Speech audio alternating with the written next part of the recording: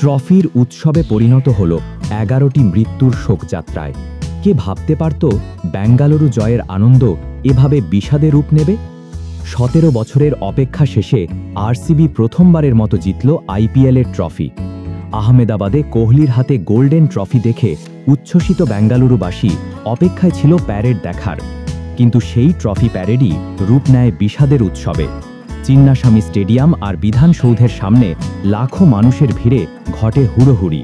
Police লাঠিচার্জ করে, পদদলিত হয়ে মারা যান 11 জন, আহত 50-এর বেশি। মুহূর্তেই উৎসবের আনন্দে নেমে আসে শোকের ছায়া। আরসিবি তাদের সব সেলিব্রেশন পোস্ট সরিয়ে নেয়। ঘটনার তদন্ত চলছে, নিহতদের পরিবারকে 10 লাখ টাকা সহায়তার ঘোষণা দিয়েছে সরকার। উৎসবের মাঝে এমন ট্র্যাজেডি ভবিষ্যতের জন্য কী বার্তা রাখে? এই বিষয়ে আপনার মতামত জানাতে ভুলবেন না। ভিডিওটি ভালো লাগলে লাইক দিন এবং এমন আরও ভিডিও পেতে সাবস্ক্রাইব করুন আমাদের চ্যানেল।